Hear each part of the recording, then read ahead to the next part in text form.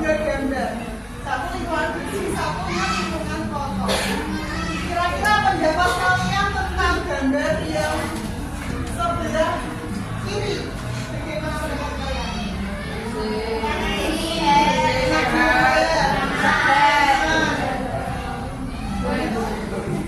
Seger, ya. Kiranya pasti seger sih.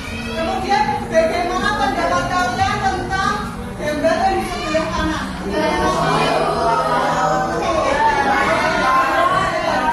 Bisa menimbulkan penyakit, apalagi kotor.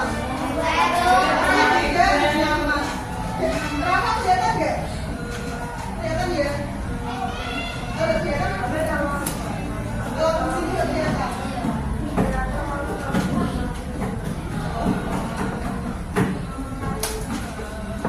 Kira-kira kalian kalau diberikan kesempatan untuk tinggal di lingkungan yang bersih atau yang bersih? Sekarang coba simak video berikut ini, kemudian nanti coba kalian utarakan pendapat kalian.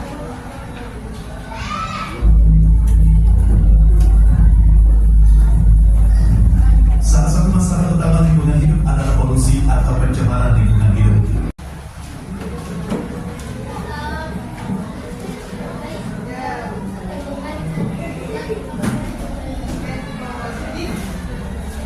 Di lingkungan kita itu banyak sekali manusia-manusia yang merusak lingkungan. Nah, tadi teman-teman sudah berpendapat.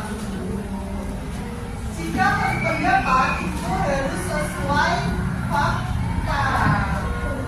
Jadi tidak boleh sembarangan mengutarakan pendapat sesuai fakta, harus ada alasan-alasan yang logis. Nah, sesuai dengan pembelajaran dari ini, kita akan belajar membuat teks eksposisi, yaitu yang berisi tentang pendapat yang sesuai dengan fakta.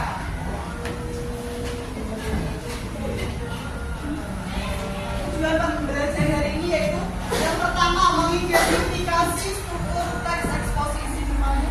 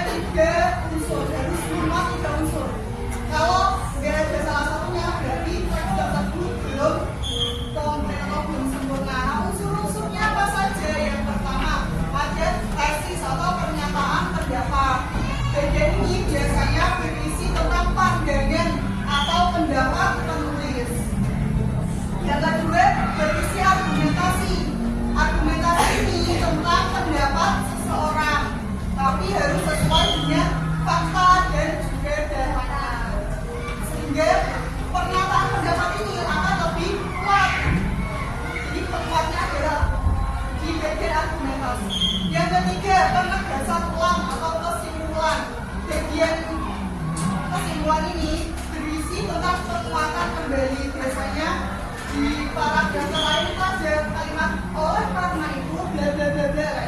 Itu adalah penguat dari tesis dan juga argumentasi. Nah, selanjutnya ada tujuan dari teks eksposisi boleh dibacakan kamu bacaan yang keras. Tujuan dari eksposisi adalah menyampaikan informasi akan dapat secara jelas menjelaskan untuk memberikan pemahaman kepada data. Teks ini bertujuan menunjukkan data dan menerima pandangan penulis berdasarkan aturan yang ditetapkan.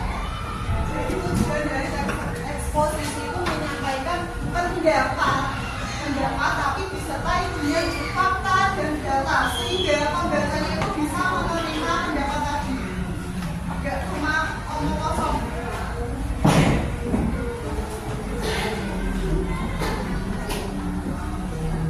Selanjutnya ada ciri-ciri teks eksposisi. Yang pertama memberikan informasi sesuai dengan tujuannya. Teks eksposisi itu bertujuan untuk menyampaikan informasi dengan jelas.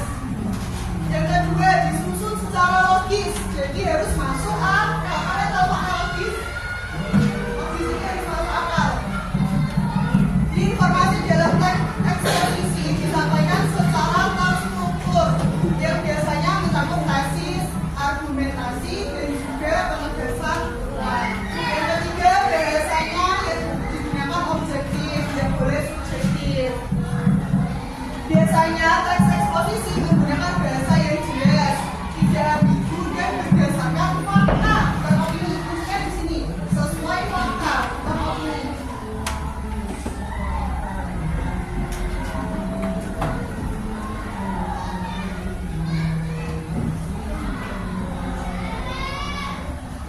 Menjaga lingkungan sekolah itu kan ngomong orang lain juga mengikuti jejak kalian. Diperkuat lagi pada penegasan ulang atau kesimpulan.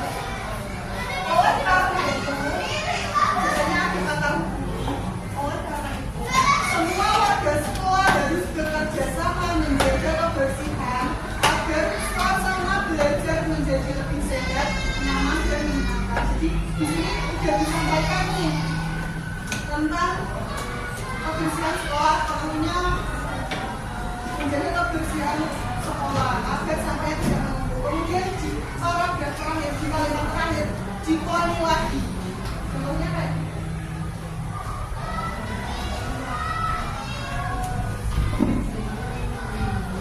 nah, ketika menulis teks eksposisi tidak boleh sesuai dengan kaidah kebahasaan. Yang pertama adanya sebuah kata-kata teknis. Kata-kata teknis ini adalah istilah khusus yang digunakan dalam bidang tertentu dengan makna yang lebih spesifik. Biasanya kata ini digunakan untuk mempermudah komunikasi di dalam disiplin atau profesi tertentu.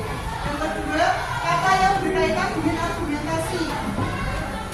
Biasanya menggunakan istilah yang digunakan untuk menyampaikan pendapat, alasan atau juga bukti dalam suatu diskusi untuk mendukung serta menentang suatu pernyataan. Kata-kata ini berfungsi untuk memperkuat atau menjelaskan posisi yang diambil suatu pernyataan.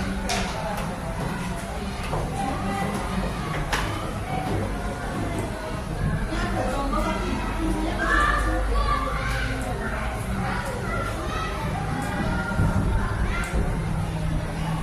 Oke,